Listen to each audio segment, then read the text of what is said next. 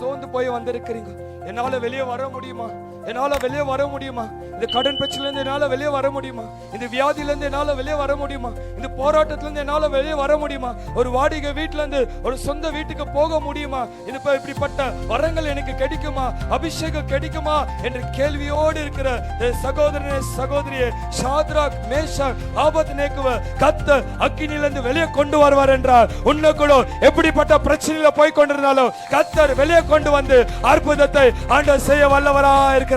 கரங்களை தட்ட மாட்டீங்களா? ஹல்லேலூயா, ஹல்லேலூயா, ஹல்லேலூயா. இன்னைக்கு எப்படிப்பட்ட மந்திரமா இருக்கலாம் சிஸ்டர், எப்படிப்பட்ட பில்லி சூன்யமா இருக்கலாம், எப்படிப்பட்ட இருள் இருக்கலாம், இல்ல எவ்வளவு லட்சமான பணம் உங்களுக்கு வராம இருக்கலாம், சில கட்டுகளை இருக்கலாம். இன்னைக்கு கர்த்தர் உங்களுக்கு அற்புதத்தை செய்து அதிசயங்களை செய்ய வல்லவரா இருக்கிறார். ஹல்லேலூயா. எதின் பேர் நம்புறீங்க? அதனால தான் சொல்றேன், முடியாதுன்னு மட்டும் ஆண்டவர்கிட்ட வராதீங்க. அதனால தான் சொன்ன சுத்திகரிங்க. முடியாதுன்னு நினைச்சிட்டு வீட்டுல உக்காராதீங்க. முடியாதுன்னு சொல்லிட்டு ஆவாதுன்னு நினைச்சிடாதீங்க. நீ ஆலயத்துக்கு வரும்போது ஜெபிக்கும் போது முடியாதவைகளை ஆண்டவர் முடிய வைக்க வல்லவரா இருக்கிறார். ஹல்லேலூயா, ஹல்லேலூயா. இப்ப நம்புங்க சிஸ்டர், நம்புங்க, ஒரே ஒரு வார்த்தை நம்புங்க.